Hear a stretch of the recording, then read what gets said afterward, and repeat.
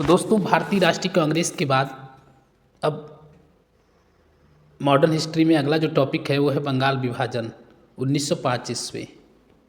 तो Lord Curzon ने जुलाई 1905 को बंगाल विभाजन के निर्णय की घोषणा की। बंगाल के विभाजन के समय बंगाल का जो लेफ्टिनेंट गवर्नर सर एंड्रूस क्रेजर था, बंगाल विभाजन निर्णय के विरोध में 7 अगस्त 1905 के कलकत्ता के टाउन हॉल में स्वदेशी आंदोलन की घोषणा की गई एवं बहिष्कार प्रस्ताव पास किया गया। स्वदेशी आंदोलन का विचार सर्वप्रथम जुलाई 1905 में कृष्ण कुमार मित्र द्वारा अपने पत्र संजीवनी में दिया गया था। 16 अक्टूबर 1905 को बंगाल विभाजन प्रभावी हुआ। इस दिन पूरे बंगाल में शोक दिवस मनाया गया। रविन्द्रनाथ टैगोर के सुझाव पर इस दिन को राखी दिवस के रूप में भी मनाया गया। विभाजन के फलस्वरूप बंगाल पूर्वी बंगाल एवं पश्चिमी बंगाल में बंट गया। पूर्वी बंगाल में असम एवं पूर्वी बंगाल के कुछ जिले ढाका, राजशाही एवं चटगांव मिलाए गए। पश्चिम बंगाल में बिहार, उड़ीसा एवं पश्चिम बंगाल शामिल थे। रविन्द्रनाथ टैगोर ने स्वदेशी आंदोलन के समय ही आमार सोनार बांग्ला गीत लिखा, जो वर्ष 1971 में बांग्लादेश का राष्ट्रीय गीत बना। आंध्र प्रदेश में स्वदेशी आंदोलन को वंदे मातरम आंदोलन के नाम से चलाया गया। 1905 ईस्वी में कांग्रेस के बनारस अधिवेशन की अध्यक्षता गोपाल कृष्ण गोखले ने की थी। इसमें स्वदेशी आंदोलन एवं बहिष्कार प्रस्ताव का समर्थन किया गया। स्वदेशी आंदोलन को बंगाल के बाहर महाराष्ट्र में लोकमान्य तिलक, दिल्ली में सैयद हैदर रजा तथा मद्रास प्रेसिडेंसी में चिदम्बरम पिल्लई ने फैलाया एवं नेतृत्व किया। स्वदेशी आंदोलन के दौरान बनाए गए तिरंगे झंडे का रंग लाल, हरा और पीला था। गोपाल कृष्ण गोखले महात्मा गांधी के राजनीतिक गुरु थे। उन्होंने 1905 ईस्वी में भारत सेवक समाज सर्वेंट ऑफ इंडिया सोसाइटी की स्थापना की थी। ब्रिटिश पत्रकार H.W. नेविंसन स्वदेशी आंदोलन से जुड़े पत्रकार थे। अवनीन्द्रनाथ टैगोर आंदोलन के बढ़ते प्रभाव में भारत की प्राचीन कला परंपराओं को पुनर्जीवित करने के लिए वर्ष 1907 में इंडियन सोसाइटी और ओरिएंटल आर्ट की स्थापना की। वर्ष 1911 में वायसराय लॉर्ड हॉर्डिंग द्वितीय ने इंग्लैंड के सम्राट जॉर्ज पंचम एवं महारानी मेरी के आगमन पर दिल्ली में भव्य दरबार का आयोजन किया गया, जिसमें बंगाल विभाजन को रद्द कर दिया गया एवं कलकत्ता के स्थान पर दिल्ली को भारत की राजधानी बनाने की घोषणा की गई। वर्ष 1912 में दिल्ली भारत की राजधानी बनी। पहली बार स्वराज की मांग कांग्रेस का कलकत्ता अधिवेशन 1906 में 1906 में ही कांग्रेस से कलकत्ता अध्यक्षता करते समय दादा भाई नौरोजी ने पहली बार स्वराज की मांग की थी। स्वराज शब्द का यदि सर्वप्रथम प्रयोग की बात की जाए तो दयानंद सरस्वती ने किया था। तो हो गया। अब दादा भाई नौरोजी के बारे में कुछ पढ़ लेते हैं। इन्हें भारत का वयोवृद्ध नेता, grand old man of India कहा जाता है। 1892 ईस्वी में ब्रिटिश संसद में उदारवादी दल लिबरल पार्टी से फिन्सबरी से सदस्य चुने गए। ये ब्रिटिश पार्लियामेंट में सदस्य चुने जाने वाले प्रथम भारतीय थे। ये एल्फिंस्टन कॉलेज मुंबई में गणित एवं भौतिकी के प्रोफेसर थे। इन्होंने गुजराती पत्रिका राष्ट्र गुप्तार का प्रकाशन किया था। इन्होंने 1886, 1893 और 1906 ईस्वी में कांग्रेस अधिवेशन की अध्यक्षता की थी। इन्होंने poverty and un British rule in India नामक पुस्तक लिखी, जिसमें धन निष्कासन का सिद्धांत का वर्णन किया गया। मुस्लिम लीग का गठन 1906 ईस्वी में। दिसंबर 1906 ईस्वी में ढाका के नवाब सलीमुल्लाह खान के निमंत्रण पर ढाका में अखिल भारतीय मुस्लिम शैक्षिक सम्मेलन संपन्न हुआ। वकार उल मुल्क इस सम्मेलन के अध्यक्ष थे। इसी सम्मेलन में सलीमुल्लाह खान ने अखिल भारतीय मुस्लिम लीग के गठन का प्रस्ताव पेश किया। आगा खां को मुस्लिम लीग का अध्यक्ष चुना गया। लखनऊ में मुस्लिम लीग का मुख्यालय बनाया गया। मुस्लिम लीग ने बंगाल विभाजन का समर्थन किया था। मुस्लिम लीग ने 1908 के अपने अमृतसर अधिवेशन में मुसलमानों के लिए पृथक निर्वाचन मंडल की मांग की, जो 1909 ईस्वी में मार्ले मिंटो सुधार द्वारा प्रदान कर दिया गया। कांग्रेस का विभाजन सूरत अधिवेशन 1907 ईस्वी। स्वदेशी आंदोलन को चलाने के तौर तरीकों को लेकर 1907 ईस्वी में कांग्रेस के सूरत अधिवेशन में कांग्रेस उदारवादी मतलब नरम दल एवं उग्रवादी गरम दल नामक 2 दलों में विभाजित हो गई। कांग्रेस के इस अधिवेशन की अध्यक्षता रास बिहारी बोस ने की थी। नरम दल के प्रमुख नेता थे दादा भाई नौरोजी, फिरोज शाह मेहता, दिनसा वाचा, व्योमेश चंद्र बनर्जी, सुरेंद्र नाथ बनर्जी, गोपाल कृष्ण गोखले आदि। और गरम दल के प्रमुख नेता थे लाला लाजपत राय, बाल गंगाधर तिलक, बिपिन चंद्र पाल। इन तीनों को लाल, बाल और पाल कहते हैं, एवं अरविंद घोष। लाला लाजपत राय, इनका जो उपनाम था शेरे पंजाब या पंजाब केसरी। इनके जो राजनीतिक गुरु थे मैजिनी, इटली के। मृत्यु साइमन कमीशन का विरोध करते समय लाठीचार्ज से घायल होने के कारण। इनकी प्रमुख पुस्तकें हैं young India, Arya Samaj, unhappy India. बाल गंगाधर तिलक, उपाधि इनको मिली थी लोकमान्य भारत के बेताज बादशाह। प्रकाशित समाचार पत्र अंग्रेजी में मराठा और मराठी में केसरी 1881 ईस्वी में। उत्सव की शुरुआत इन्होंने किया था 1893 से गणपति उत्सव, 1895 में शिवाजी उत्सव। तिलक ने लाठी क्लब और हिंदू अखाड़ा की स्थापना की। इंडियन अनरेस्ट के लेखक वैलेंटाइन सिरुल ने इन्हें भारतीय अशांति का जनक कहा था। 1908 ईस्वी में केसरी में प्रकाशित तथ्यों के आधार पर राजद्रोह का मुकदमा चलाकर इन्हें 6 वर्ष की सजा देकर मांडली जेल बर्मा भेज दिया गया। मांडली जेल में इन्होंने गीता रहस्य नामक पुस्तक लिखी। तिलक ने कांग्रेस पर प्रार्थना, याचना और विरोध की राजनीति करने का आरोप लगाया था। अरविंद घोष स्वदेशी आंदोलन के प्रमुख नेता थे। उदारवादी नरम दल का विश्वास प्रस्ताव पारित कराने, वार्षिक सम्मेलनों, भाषण देने, संवैधानिक आंदोलन, इंग्लैंड में शिष्टमंडल भेजने आदि में था। जबकि उग्रवादी या गरम दल का विश्वास सामूहिक आंदोलन, आक्रामक प्रतिरोध, आत्म बलिदान आदि में था।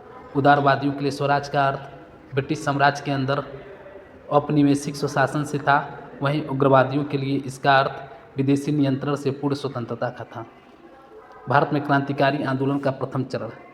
भारत में महाराष्ट्र में क्रांतिकारी आंदोलन को उभारने का कार्य तिलक के पत्र केसरी ने किया। महाराष्ट्र में क्रांतिकारी पत्र काल का संपादन परांजपे ने किया। 1896-97 से चापेकर बंधु दामोदर हरि चापेकर और बालकृष्ण चापेकर ने पूना में व्यायाम मंडल की स्थापना की। सन 1897 ईस्वी में तिलक ने अपने पत्र केसरी में रैंड और एमहर्स्ट की हत्या को उचित ठहराया, जिसके कारण तिलक पर राजद्रोह का आरोप लगाकर 18 माह की सजा दी गई।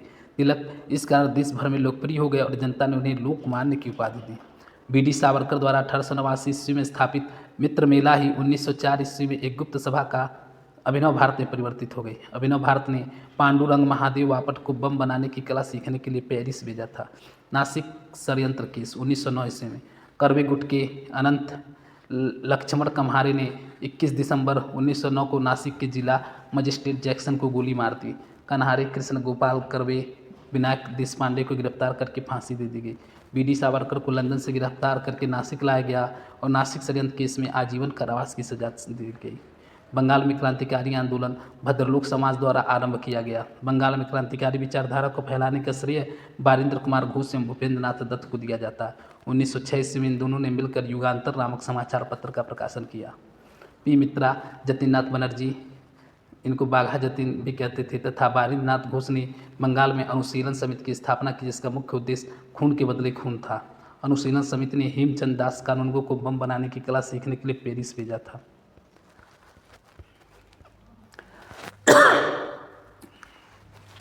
30 अप्रैल 1908 को खुदीराम बोस और प्रफुल्ल चाकी ने मुजफ्फरपुर के न्यायाधीश किंग्सफोर्ड की गाड़ी पर बम फेंका, परंतु किंग्सफोर्ड बच गया। प्रफुल्ल चाकी ने आत्महत्या कर ली एवं खुदीराम बोस को गिरफ्तार कर लिया गया और 1908 से मात्र 15 वर्ष की आयु में इनको फांसी दे दी गई।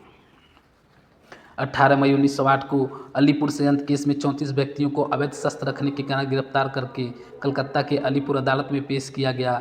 इस केस के सरकारी गवाह नरेंद्र गोसाई की हत्या सत्येंद्रनाथ घोष ने अलीपुर जेल में कर दी। बारिंदर गुट के सभी सदस्यों को आजीवन काला पानी की सजा मिली।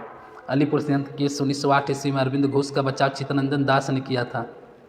पंजाब में बार बार पड़ने वाले अकालों, भू राजस्व तथा सिंचाई करों में वृद्धि, जमींदार द्वारा आरोपित बेगार प्रथा आदि के कारण क्रांतिकारी आंदोलनों का उदय हुआ।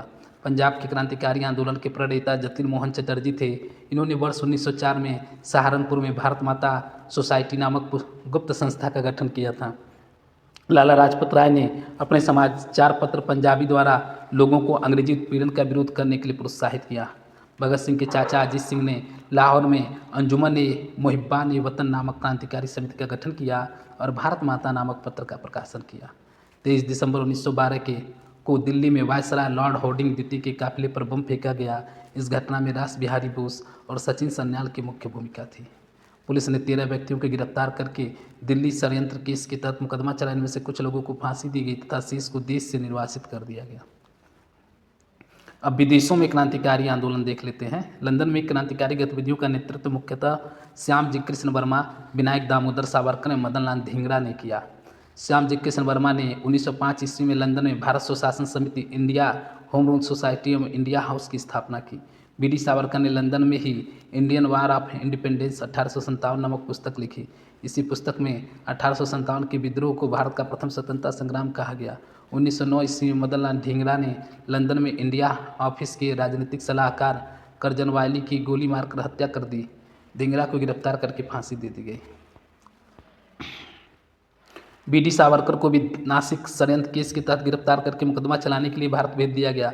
मैडम भीखाजी कामा ने 1907 ईस्वी में स्टुटगार्ट जर्मनी में अंतर्राष्ट्रीय समाजवादी सम्मेलन कांग्रेस के सम्मेलन में भारत का राष्ट्रीय तिरंगा हरा पीला एवं लाल रंग का ध्वज फहराया। इन्हें भारतीय क्रांति की माता कहा जाता है। संयुक्त राज्य अमेरिका तथा कनाडा में क्रांतिकारी आंदोलन का नेतृत्व लाला हरदयाल ने किया। 1 नवंबर 1913 को लाला हरदयाल ने सैन फ्रांसिस्को में गदर पार्टी की स्थापना की। सोहन सिंह भाखना इस पार्टी के अध्यक्ष थे। गदर पार्टी ने युगांतर प्रेस की स्थापना करके गदर नामक साप्ताहिक पत्र का प्रकाशन आरंभ किया। कामा गाटामारू प्रकरण 1914 ईस्वी। पंजाब के क्रांतिकारी गुरुदत्त सिंह एक जापानी जहाज कामा गाटामारू को किराए पर लेकर 376 यात्रियों के साथ 23 मई 1914 को कनाडा के वैंकूवर पहुंचे। कनाडा की सरकार ने यात्रियों को बंदरगाह पर उतरने की अनुमति नहीं दी। बलवंत सिंह, सोहनलाल पाठक और हुसैन रहीम के नेतृत्व में यात्रियों के अधिकारों की रक्षा के लिए शोर कमेटी का गठन किया गया। कनाडा सरकार ने जहाज को अपनी सीमा से बाहर कर दिया। 27 सितंबर 1914 को जहाज के कलकत्ता बजबज पहुंचने पर यात्रियों एवं पुलिस के मध्य झड़प हुई, जिसमें 18 लोग मारे गए एवं 30 को जेल में डाल दिया गया। राजा महेंद्र प्रताप ने 1915 ईस्वी में काबुल में भारत की प्रथम अस्थायी सरकार का गठन किया। राजा महेंद्र प्रताप इस सरकार के राष्ट्रपति थे तथा बरकतुल्ला प्रधानमंत्री थे। जर्मनी एवं रूस ने इस सरकार को मान्यता दी थी। मार्ले मिंटो सुधार 1909 ईस्वी।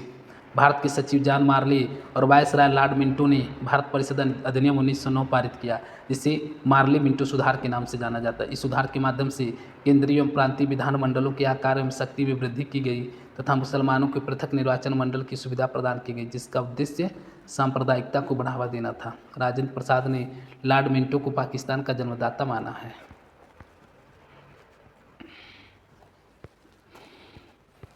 1911। अगला आप देखते हैं 1911 दिल्ली दरबार। वायसराय लॉर्ड हार्डिंग द्वितीय ने इंग्लैंड के सम्राट जॉर्ज पंचम एवं महारानी मैरी के आगमन पर 12 दिसंबर 1911 को दिल्ली में भव्य दरबार का आयोजन किया। वायसराय हार्डिंग दिल्ली ने सम्राट की ओर से बंगाल विभाजन रद्द करने और भारत की राजधानी को कलकत्ता की जगह दिल्ली बनाने की घोषणा की। इस घोषणा के तहत एक नए बंगाल प्रांत का गठन किया गया। उड़ीसा और बिहार को बंगाल से अलग कर दिया गया। असम में सिलहट को शामिल करके नए प्रांत के रूप में गठन किया गया। दिसंबर 1912 में दिल्ली भारत की राजधानी बनाई गई। प्रथम विश्व युद्ध 1914 से 18 ईस्वी।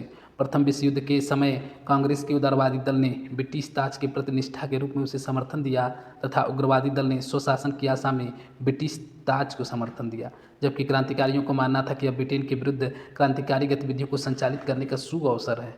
गांधी जी ने प्रथम विश्व युद्ध के समय से लोगों को सेना में भर्ती होने को प्रोत्साहित किया था, जिस कारण लोग इन्हें भर्ती कराने वाला सार्जेंट कहने लगे। अंग्रेजी सरकार ने 1915 ईस्वी में गांधी जी को कैसरे हिंद की उपाधि से सम्मानित किया। होम रूल लीग आंदोलन 1916 ईस्वी।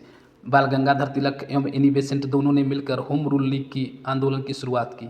होम रूल लीग आंदोलन का मुख्य उद्देश्य ब्रिटिश साम्राज्य के अधीन रहते हुए संवैधानिक तरीके से स्वशासन को प्राप्त करना था। तिलक ने 28 अप्रैल 1916 को पूना में होम रूल लीग की स्थापना की। जोसेफ बैप्टिस्टा इसके प्रथम अध्यक्ष एवं NC केलकर सचिव बने।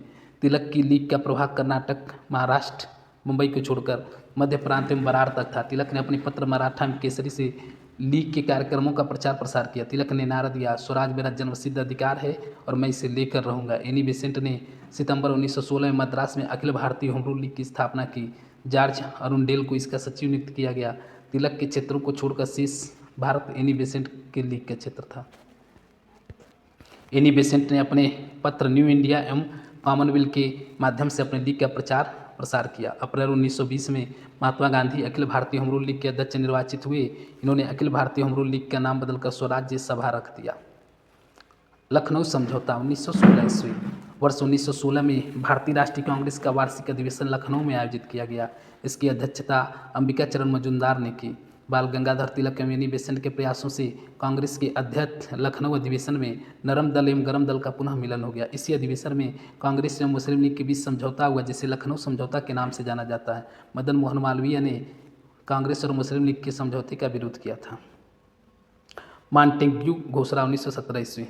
20 अगस्त 1917 को भारत सचिव मॉन्टेग्यू ने ब्रिटिश संसद में घोषणा की कि प्रथम विश्व युद्ध के बाद भारत में स्वायत्त संस्थाओं के क्रमिक विकास की प्रक्रिया प्रारंभ की जाएगी, जिसके परिणाम स्वरूप होम रूल लीग आंदोलन को स्थगित कर दिया गया। तिलक ने मॉन्टेग्यू घोषणा को सूर्य विहीन उषा काल की संज्ञा दी थी। कांग्रेस के उदारवादियों ने मॉन्टेग्यू घोषणा को भारत का मैग्ना कार्टा कहा था। मॉन्टेग्यू चेम्सफोर्ड सुधार 1919 इसे भारत शासन अधिनियम 1919 के नाम से भी जाना जाता है। इसके तहत प्रांतों में पहली बार द्वैध शासन लागू किया गया। प्रांतीय विषयों को आरक्षित एवं हस्तांतरित दो भागों में बांटा गया था। आरक्षित विषयों को का शासन गवर्नर अपनी कार्यकारी परिषद की सलाह से तथा हस्तांतरित विषयों का शासन मंत्रियों की सलाह से करता था। प्रांतीय विधायी परिषद का आकार बढ़ा दिया गया। केंद्रीय व्यवस्थापिका को द्विसदनीय बना दिया गया। केंद्रीय विधानसभा सेंट्रल लेजिस्लेटिव असेंबली निम्न सदन एवं राज्य परिषद काउंसिल ऑफ स्टेट उच्च सदन हो गया। इस अधिनियम द्वारा भारत में पहली बार लोक सेवा आयोग की स्थापना का प्रावधान रखा गया। भारतीय विधानमंडल को बजट पास करने के संबंध में पहली बार अधिकार दिए गए। इस अधिनियम में शासन व्यवस्था की कार्यप्रणाली की जांच के लिए अधिनियम के पारित होने के 10 वर्ष के बाद एक आयोग गठित करने का प्रावधान किया गया। इसी प्रावधान के अंतर्गत साइमन कमीशन की नियुक्ति की गई। तो दोस्तों, इस तरह से अभी अपना ये आज का ये पहला टॉपिक कंप्लीट हुआ। दूसरा हम लोग महात्मा गांधी भारतीय राष्ट्रीय आंदोलन में महत्वपूर्ण जो योगदान दिए हैं महात्मा गांधी, इनके बारे में पढ़ेंगे दूसरे टॉपिक में।